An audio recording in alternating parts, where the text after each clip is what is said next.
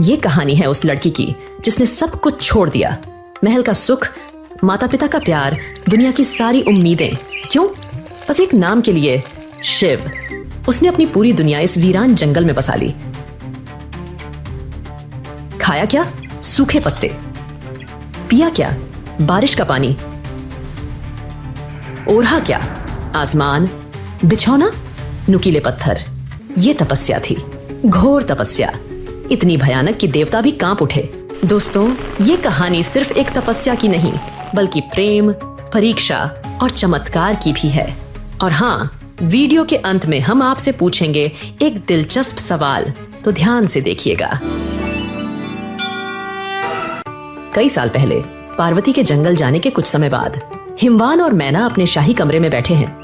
मैना रो रही है, हिमवान परेशान है। महाराज, हमारी पार्वती वो ऐसी जिंदगी कैसे जी रही होगी? हमने उसे मखमल में पाला है। मैना, मुझे भी चैन नहीं, पर वो उसका फैसला अटल था। मैंने समझाया, तुमने समझाया, उसने किसी की नहीं सुनी। सुना था कि वो बचपन से ही शिव की पूजा करती थी, पर इतनी दीवानी हो जाएगी ये सोचा ना था। शिव, वो ऑगर जो स्मशान में रहते हैं। मैना, उनके बारे में ऐसा मत कहो, वो महादेव हैं। पर मेरी बेटी के लिए वो कैसा जीवन दे सकते हैं? हमने कितने अच्छे रिश्ते देखे थे उसके लिए, बड़े बड़े राजा महाराजाओं के बेटे, देवताओं के प्रस्ताव, पर उसे तो बस वो चाहिए। उसने कहा था, पिताजी, मेरा मन किसी और सुख में नहीं लगता, मेरे पति तो महादेव ही होंगे। अगर उन्हें पाना है तो मुझे उन्हीं की तरह वैरागी बनना होगा। उसकी आंखों में वो आग थी कि मैं रोक नहीं पाया। आग नहीं, जिद थी वो, एक ऐसी जिद जो उसे कहां ले गई। क्या वो वापस आएगी कभी? क्या उसकी तपस्या सफल होगी, या वो खुद को मिटा लेगी इस राह पर? वर्षों की तपस्या जिसने प्रकृति को भी झुका दिया। पर क्या ये तपस्या काफी थी? क्या सही लक्ष्य के लिए किया गया कठिन श्रम हमेशा फल देता है? या कभी कभी रास्ते में कोई ऐसी रुकावट आ जाती है जो आपकी नींव हिला दे? ये मेहमान कौन था और क्यों आया था? देवी, अगर आपकी अनुमति हो तो क्या मैं जान सकता हूँ ये कैसी अग्नि परीक्षा है, और खुद को इस तरह तपाकर आप क्या पाना चाहती हैं? पार्वती धीरे धीरे आंखें खोलती है। उसकी आंखें गहरी और शांत हैं, जैसे उनमें अनंत काल समाया हो। आप कौन है तपस्वी, और मेरी तपस्या के बारे में जानकर आपको क्या मिलेगा? मैं तो बस एक पथिक हूँ देवी, इस दुर्गम मार्ग से गुजर रहा था। आपको इस दशा में देखा तो रहा नहीं गया। इतनी कम उम्र में ऐसी कठोर तपस्या किसी साधारण चीज के लिए तो ये नहीं होगी। मेरी तपस्या का लक्ष्य साधारण नहीं है। लक्ष्य साधारण नहीं है, पर क्या वो लक्ष्य प्राप्त करने योग्य है? क्या वो व्यक्ति जिसके लिए आप इतना कष्ट उठा रही हैं, वो इसके काबिल है? आप क्या कहना चाहते हैं? मेरा मतलब, किसे रिझाने के लिए खुद को मिटा रही हैं आप? इंद्र को, विष्णु को, किसी पराक्रमी राजा को? मैं महादेव शिव को पति रूप में पाना चाहती हूँ। शिव, उस औघड़ को, आप जैसी कोमल राजसी देवी, और वो? आप उनका अपमान कर रहे हैं। अपमान नहीं, सत्य कह रहा हूँ। शिव में भला क्या है? रहने को महल नहीं, ओढ़ने को रेशम नहीं, पहनने को आभूषण नहीं, बस एक बाघांबर है और गले में सर्प, साथ में भूत प्रेतों की मंडली, स्मशान उनका घर है। पार्वती की आवाज में अब गुस्सा आने लगता है। उनका स्मशान ही उनकी विशालता है। वो अमंगल में मंगल ढूंढते हैं। और उनका रूप काला भस्म रमा हुआ। कहां आप जो सौंदर्य की देवी है, कहां वो? क्या यही वर चुनने के लिए आपने वर्षों खुद को तपाया? उनका बाहरी रूप मेरे लिए महत्व नहीं रखता। मैं उनके भीतर के सत्य से प्रेम करती हूँ, उनके त्याग से प्रेम करती हूँ। प्रेम? कैसा प्रेम देवी? एक ऐसे व्यक्ति से जिसे संसार का कोई मोह नहीं, जो समाधि में लीन रहता है, जो आपकी देखभाल कैसे करेगा, आपको सुख कैसे देगा? उनका मोह संसार से नहीं है, पर भक्तों से है। वो निराकार है, पर प्रेम से साकार हो जाते हैं। और मुझे उनसे संसार का सुख नहीं चाहिए, मुझे तो बस उनका साथ चाहिए। उनकी अर्धांगिनी बनना है। ये मूर्खता है, घोर मूर्खता। लोग कहते हैं शिव दूसरों का कल्याण करते हैं, पर उनका अपना क्या है? कुछ नहीं। वो तो भिखारी है एक तरह के। और आप एक राजकुमारी होकर एक भिखारी से विवाह करना चाहती है? पार्वती खड़ी हो जाती है।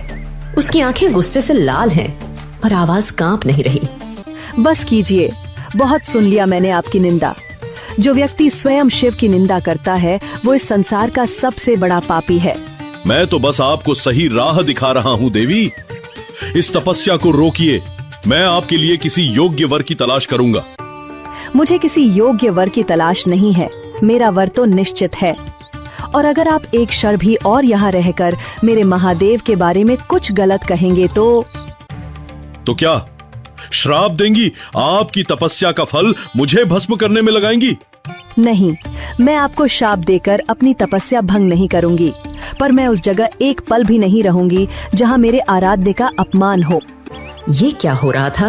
कौन था ये तपस्वी और क्यों वो शिव की निंदा कर रहा था?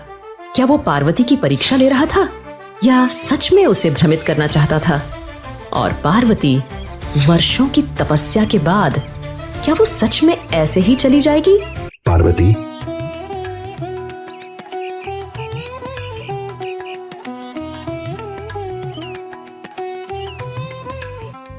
पार्वती इस दृश्य को देखकर विश्वास नहीं कर पाती। उसकी आंखों से अनायास ही आंसू बहने लगते हैं। वह अपने घुटनों पर गिर जाती है, हाथ जोड़ लेती है। महादेव, ये आप थे? हाँ पार्वती, ये मैं ही था। तुम्हारी परीक्षा ले रहा था। अगर आपको भी पार्वती माता की अडिग भक्ति पर गर्व है तो वीडियो को अभी लाइक करें और कमेंट में जोर से लिखिए जय गौरी शंकर। आपने मेरा इतना अपमान किया और मैंने। तुमने मेरा अपमान नहीं किया पार्वती। तुमने तो प्रेम और निष्ठा की पराकाष्ठा दिखाई है। तुमने सिद्ध कर दिया कि तुम्हारा प्रेम बाहरी रूप से परे है। तुमने सिद्ध कर दिया कि तुम्हारी भक्ति अटल है। मैंने तुम्हें कई रूपों में देखा पार्वती। कभी सती के रूप में, कभी हिमालय की नन्ही पुत्री के रूप में। मैंने तुम्हारी बाल लीलाएं देखी, तुम्हारा शिव के प्रति आकर्षण देखा, तुम्हारे माता पिता की चिंता देखी और तुम्हारी ये घोर तपस्या भी देखी। तुम्हारी तपस्या इतनी कठोर थी कि तीनों लोकों में इसका यश फैल गया। ऋषियों ने इसकी प्रशंसा की, देवताओं ने इसका सम्मान किया। मैंने तुम्हारी हर कठिनाई देखी, हर कष्ट महसूस किया।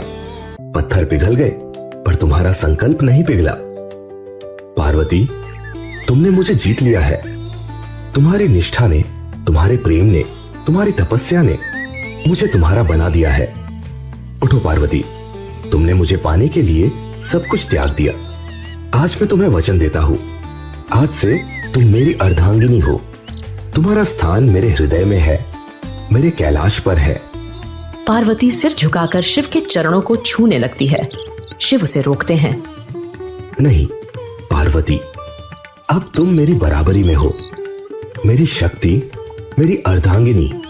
और वो पल आ गया, वो शुभ क्षण जिसका पार्वती ने वर्षों इंतजार किया था। वो मिलन जो त्याग, तपस्या और सच्चे प्रेम का प्रतीक बन गया। जिस दिन महादेव शिव ने देवी पार्वती को अपनी पत्नी के रूप में स्वीकार किया, वो दिन था श्रावण मास के शुक्ल पक्ष की तृतीया। वही दिन जिसे आज हम हरियाली तीज के नाम से जानते हैं। ये पर्व सिर्फ एक व्रत नहीं है, ये उस अटूट प्रेम की कहानी है। ये उस जिद का उत्सव है कि सच्चा प्रेम असंभव को भी संभव बना सकता है। हर साल इस दिन सुहागिन स्त्रियां माता पार्वती का स्मरण करती हैं, उनसे शक्ति मांगती है ताकि उनका वैवाहिक जीवन भी पार्वती और शिव जैसा प्रेमपूर्ण, निष्ठावान और सुखमय हो। वे अपने पति की लंबी आयु और सौभाग्य के लिए व्रत रखती हैं और अविवाहित कन्याएं वे पार्वती से प्रार्थना करती हैं कि उन्हें भी शिव जैसे आदर्श पति की प्राप्ति हो। हरियाली तीज ये सिर्फ सावन की हरियाली का त्योहार नहीं है, ये मन की हरियाली का त्योहार है। ये रिश्तों में प्रेम, विश्वास और समर्पण की हरियाली का त्योहार है। ये हमें याद दिलाता है कि सच्चे मन से कुछ चाहो तो पूरी कायनात उसे तुमसे मिलाने में लग जाती है। बिल्कुल वैसे ही जैसे पार्वती की जिद ने शिव को पा लिया। अब वक्त है उस सवाल का जो बताएगा कि आपने ये पावन कथा कितनी ध्यान से सुनी। चलिए देखते हैं आप सही जवाब दे पाते हैं या नहीं।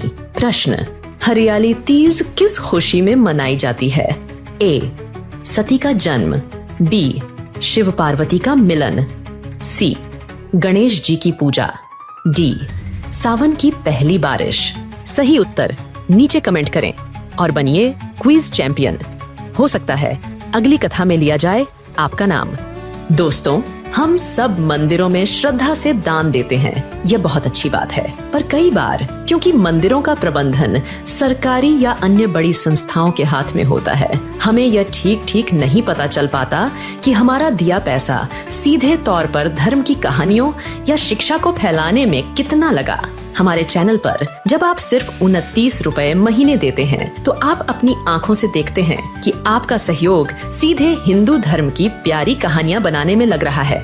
ज्वाइन करें और धर्म प्रचार में अपना सीधा योगदान दें।